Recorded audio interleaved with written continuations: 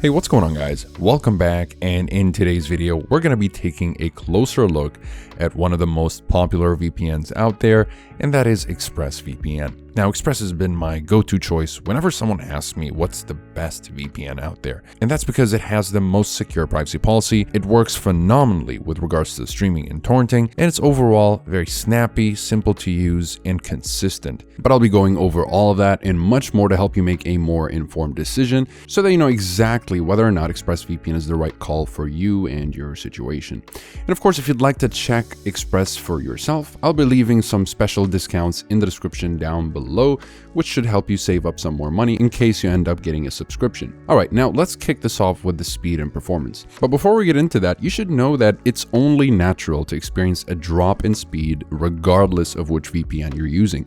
And that's due to the time it takes to encrypt your data and protect your traffic before it connects to the internet again. And your speed will also be affected by some other factors such as your base connection speed, the server load, and your distance from the server. With that being said, how much the speed drops is what sets good VPNs apart from the bad ones. Generally speaking, any speed drop between 10 and 25% is considered excellent, and even speed drops up to 40% are still considered good, but you never want to go above that, as you'll be sacrificing at least half of your internet speed, so that's not really worth it. Now, in case of Express, my test results were somewhere between 10 and 25%, which is phenomenal. I've tried nearby servers and I've tried international servers, just testing to see if it would go above 25%, but it pretty much failed as it had really consistent speeds. And the worst I've got was a 25% speed drop when trying to connect to servers all the way on the other side in Asia. Oh, and if you do want to get the best results possible, I would highly recommend you use the fastest performing protocol, lightweight UDP, and connect to the nearest server in your location. Generally speaking, the closer you are to the server, the better the connection. So yeah, in terms of speed and performance, Express is honestly outstanding. Alright, now let's move on to one of the best aspects of ExpressVPN, which is its privacy policy. For starters, Express has a strict no-logs policy, and they neither store, sell, nor misuse your data in any way whatsoever. And this happens through their trusted server technology, which uses RAM disk drives instead of physical hard drives, which means that the servers themselves cannot physically store any data. Also, providers claiming that they don't log any data is just not enough to gain people's trust. So Express has gone through several audits run by independent auditing firms, all of which confirmed Express's commitment to these policies, and whatever issues they discovered were dealt with in little to no time. Not only that, but you could say that Express accidentally proved their no-logs policy when one of their servers was seized by the Turkish government as part of an ongoing investigation, but they still couldn't find anything of use on that server. And this incident alone, I would say, made Express arguably the most secure VPN out there, since how you hold up in real-life situations is what really matters to people. And the icing on the cake, I would say, is that Express also operates in the British Virgin Islands, which is a privacy-friendly country that has no data retention laws and is outside the Five Nine and 14 Eyes alliance, which is an intelligence alliance, if you're not familiar, between certain countries that monitor and share internet users' activity and data.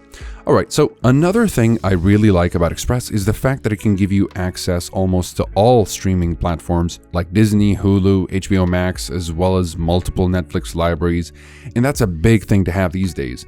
The majority of VPNs pretty much fail to access streaming services, and at most, they'd give you around a couple of libraries to work with, whereas with Express, thanks to their 3,000 optimized servers located in 105 countries, I've actually been able to access over 20 Netflix libraries and stream shows in HD and 4K without buffering or dropping connections at all.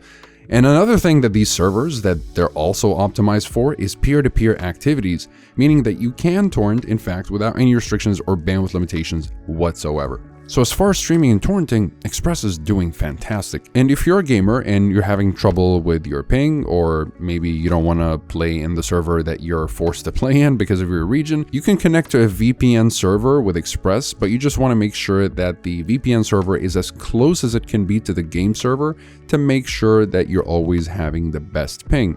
I've personally been able to drop my ping from 80 to 65 while playing Valorant by connecting to a nearby ExpressVPN server, so you can try that out, and if you're having any ping issues, this could potentially fix it completely.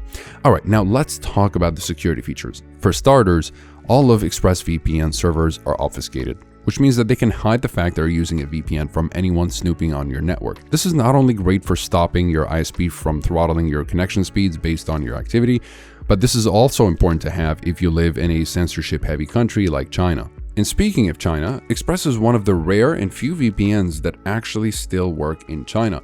And while most of the other VPNs that work in China would need some kind of manual configuration for them to actually work there, Express is pretty much just plug and play. And you only need a couple of clicks to get it up and running in China or any other censorship-heavy country.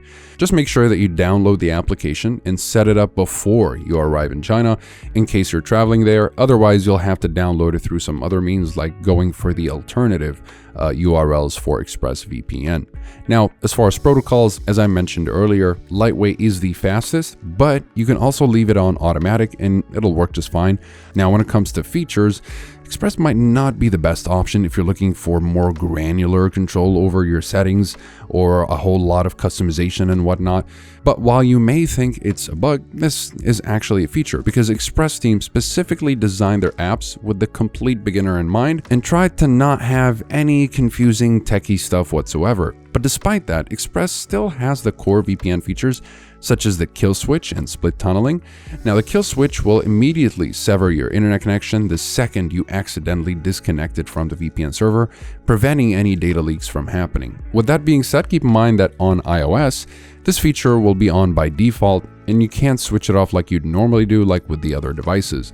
But generally speaking, this should not matter to you at all since there are no downsides to the kill switch being on, and in fact, you're supposed to keep it on to ensure maximum anonymity and security. Now, as for split tunneling, this feature would allow you to choose which apps pass through the VPN tunnel and which ones keep your normal connection. I personally use this to have my torrenting app go through the VPN tunnel, whereas everything else is running normally. Now, if you're a Mac or iOS users, unfortunately, you won't be getting this feature with ExpressVPN, but that generally goes for all VPNs since Apple's restrictive platforms do not support such a feature. So basically, it's an Apple thing. And besides the essential VPN features, Express has also started adding more bonus tools to their arsenal. For example, they added an advanced protection feature that blocks ads, trackers, and malicious sites. Plus, you can use this feature as a simple form of parental control by blocking adult sites.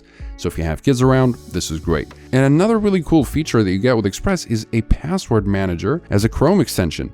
So you don't have to pay for a separate password manager, it's just as easy to use as the VPN app itself. And this continuous kind of improvement is definitely something to look for when choosing a VPN. Besides that, ExpressVPN allows for up to 8 devices per subscription, which is more than enough for most users, and it works on virtually every platform.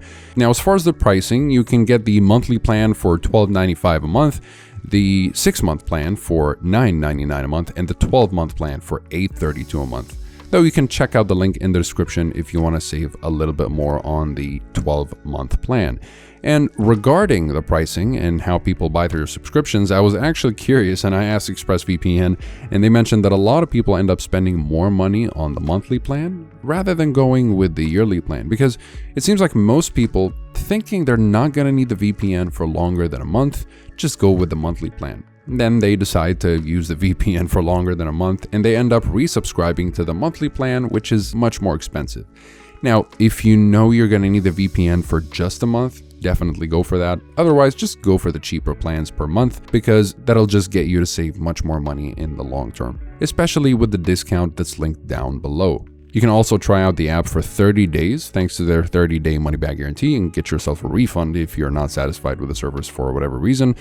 Okay, so with all of that being said, would I actually recommend ExpressVPN? Well, absolutely. Now, Express might not be the best option if you want a lot of customization and granular control, but on the flip side, Express was made specifically to be so easy to use that any beginner can pick it up and use it right away, but also it's been made so consistent and reliable and so secure that even advanced users end up using ExpressVPN and other people that depend on secure VPNs to protect their sensitive data like financial data and crypto wallets and whatnot. And you're just looking for something that's super easy to use and reliable and consistent and gives you all kinds of access from content from 105 countries, and you're still getting the essential features that you could possibly need for a secure VPN, then ExpressVPN would be the easiest VPN to recommend, honestly, if that's what you're looking for. And that will be it for today's review. Thank you so much for watching. Don't forget to check out the links in the description down below if you'd like to save some money